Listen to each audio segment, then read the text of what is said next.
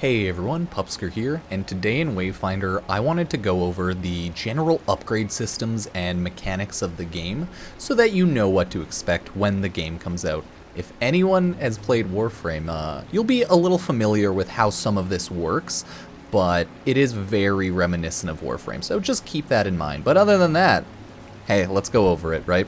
Starting off, we have the character menu. This is where like your general upgrades for your character is gonna go, right? You have general customization as well, weapons, emotes, right? Weapon charm, different skins for each weapon, and then dagger, trinket, right? This is your coloring, right? You have a bunch of customization there, so all's well and good.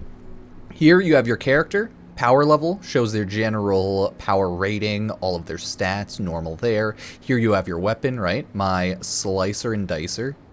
That's the weapon there. And it, yeah, shows the exact same stats breakdown of the dagger. So you can swap out weapons. So if I throw on my Typhoon, you'll see my general stats go down, my weapon stats, they're lower, etc., etc.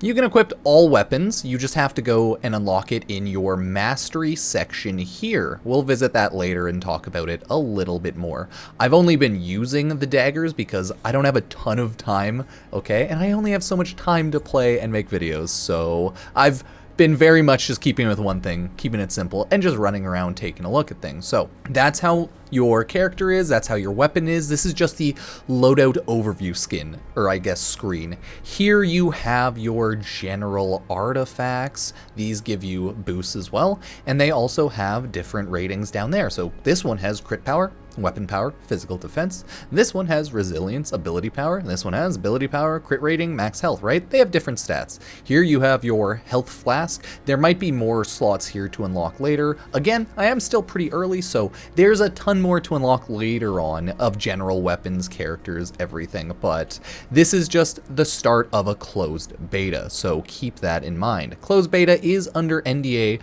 under regular circumstances, but I was invited by Digital Extremes in order to collect footage, make videos, play the closed beta. So thank you, appreciate that, and shout out to Airship Syndicate for, of course, being the developers and creating the game. So this is your general loadout slot, and your experience is there. You can see most of what's going on just in your loadout here. But of course, there's way more. Once you continue on, you have your echoes. This may remind everyone a lot of Warframe, okay? How they do their general modding system. It's very similar and very reminiscent of that. Let me throw back on my slicer and dicer, the actual weapons I've been using. There we go. So you go over here and you look at these echoes. They're dropped by enemies, they're dropped by bosses, you know, you get them playing the game. Normal stuff there.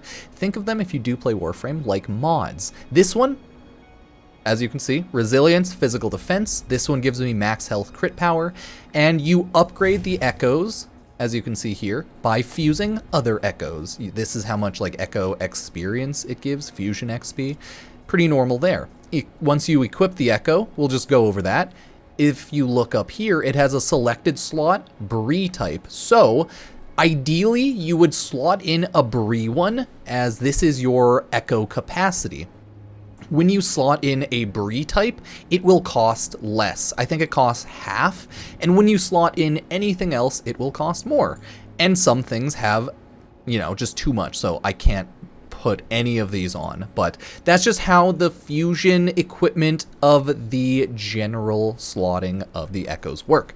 So very reminiscent of Warframe mods. Once you level up, these slowly unlock. Once these level up, you slowly unlock more.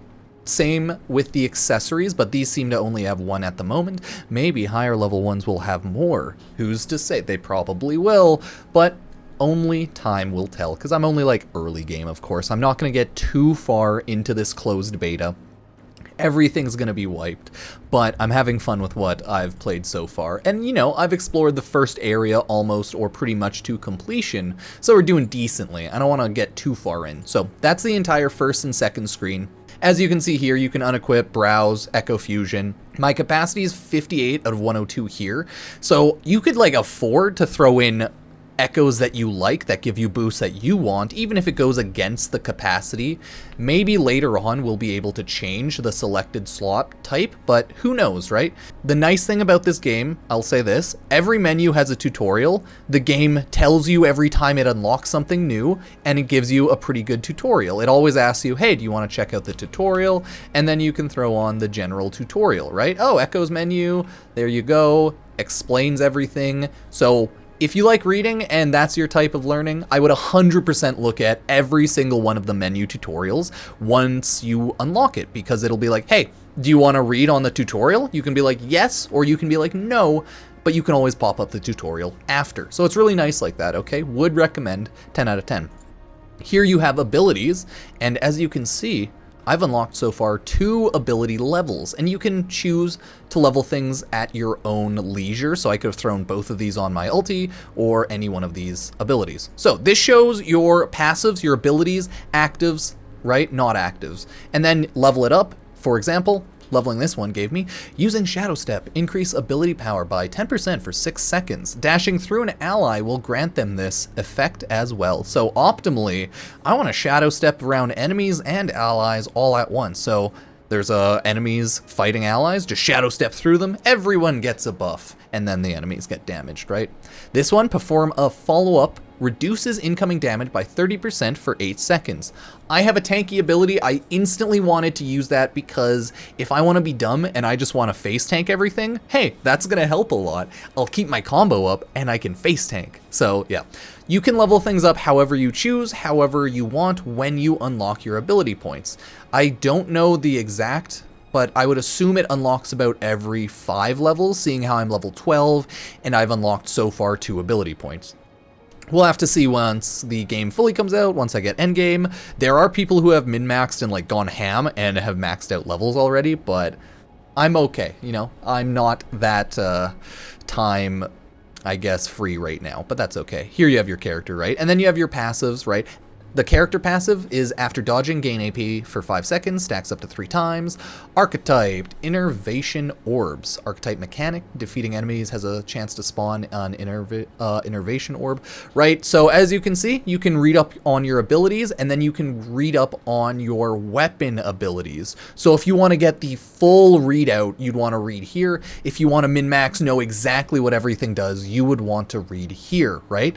This is explaining my attack when I hit E, right? This is, I believe, explaining it all as well, and just how the fighting works. So each weapon will work a little differently. Keep that in mind. Take a look at the passives on this screen. It'll help you a ton. If you don't know what you're doing, right? Passives, reading always helps, and menus like this are great. Here you have Affinity Leveling. So this is your general character leveling affinity screen. So every level you gain 1 affinity point to level stuff up. I think the max level in this game is 30, I believe, so there aren't an unlimited amount of points. Keep that in mind. You have to level up and slot however you so choose, right? Keep that in mind. Right now it looks like with my current gear setup, leveling up Instinct helps all of these, leveling up Discipline helps all of these, leveling up Focus only helps those. So I think something like, maybe Instinct would be better for me, or Discipline, because this is just all damage and then max health. So maybe I'll start maxing out Discipline. Daggers are the same as well, but the daggers are different because they have, you know, they have their own stuff. So upgrade your daggers however you choose. It looks like for weapons, it looks like you can at least max them out, right? You just need to slowly collect resources and gold, right? The little gloom shards, I think those are what those are called. But I could be wrong because everything's called something and it takes a while to remember. So yeah, that's the general upgrade screen there. Max out your weapons when you get resources, of course, and then max out your character when you can. I'll just quickly throw on a level in Instinct, okay? Quickly throw on a level there, and as you can see, there we go. I'm a little stronger, just a little bit, right? Just a little bit. And I need to just unlock more here so that I can upgrade more of my affinity, right? I need to just get more of these for that, level up a little bit more for these, etc., etc. So here's the weapon mastery section. You can, like I said earlier, have every type of weapon on your character. You just have to level them all separately. What that does is it unlocks bonuses. Then you can swap between different mastery types at will. So currently I'm using Arcane Dance Mastery for my twin daggers, twin striker melee, right? Shadow hits from Blade Dance deal additional ability damage equal to 20% of ability power, right? And then it has a level 3, level 4, gets stronger. Or I could go to successful parry increases the enemy's magic type taken, or magic damage taken by 20% for 6 seconds, the right 25, 30. So you'd want to swap these out depending on your playstyle. Twin striker finishers that consume flourish points spawn an innervation orb when hitting an enemy. Spawns 2, spawns 3, right? So each level gets stronger. That is with every single weapon, right? Look at that. Does different things. Every single one has its passives, actives, right? These are all going to be passives, of course, but each one does something different because they're all different weapon types. So that's the last general upgrade menu. But let's quickly check out the shops that you'll want to use upgrades, or I guess upgrade shops. Let's check out the shops. You'll use these to build and buy upgrades and just upgrade your account, okay? How you unlock everything. Let's take a look. Here is Omen. This is how you summon and unlock new characters, more Wayfinders. I believe on release there will be 6 Wayfinders available. I think Nis, Wingrave, and Silo are the starting choice Wayfinders, and then you'll have Kairos, Senya, as well as Vinomas on release, I believe. And it's pretty simple. You have to unlock them, right? So in order to summon Wayfinder, I go over here. I can't really unlock it. I can see what I have here, and I click onto it to see what I need to build, right? Materials are on the right over here. Nailed it. And yeah, you can just see everything you need to build. In order to build this top material, you just need 10,000 gold, so it's pretty simple, but this is just how you unlock all the new characters, how you get all the resources for unlocking them. No shock, run into the Lost Zones, run into the Gloom, farm the bosses, farm the general expeditions, and yeah, just farm the Gloom, essentially. As well as some open world stuff, gold, etc., right? You'll need just resources, so that's how you get new characters, and yeah, that's pretty cool. All of this you'll very quickly find out, and the tutorial takes you through everything. Don't worry, but I'm just showing you, so you know ahead of time. So let's go take a look at the rest of the shops. They always bulk them close together, so it's pretty simple. Over in this area, you have Lord Halar, and this is the Echo Matrix. This is just a little crafting section, right? Reduce gloomstones to shards. So you can break down the gloomstones, upgrade material for shards. Don't want to do that, okay? Not something I'm looking for. Or you can create the gloomstones out of shards. So I need a lot of gray and blue gloomstones in order to upgrade my character. So I could build these here and then go upgrade my character. As well as this is where you build the items in order to enhance the lost zones, okay? Pretty much dungeons, right? As well as build the ingredients to access different lost zones, aka like bosses, etc. Because Broodmother, we'll go over and look at some of those eventually. But yeah, that's just a small area there. You very quickly get introduced to all of this. So just play along once you first get into the game, and you'll eventually unlock it, so no worries on that. And the last general section we have is in the Skylight Market row. This is all of your little general upgrade shops, okay? Here we have the Engineer.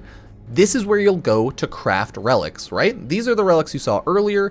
It looks like there's uncommon relics, rare relics, and then epic relics, as well as they do have set bonuses, which I didn't show when I went over my character screen because I was waiting for this. You can see what they require, what the set bonuses are, and if I go to my character menu, I go to my echoes, right? No, not my echoes, my loadout. I go over here, in the bottom right you see middle click to show gear stats. I can click over that.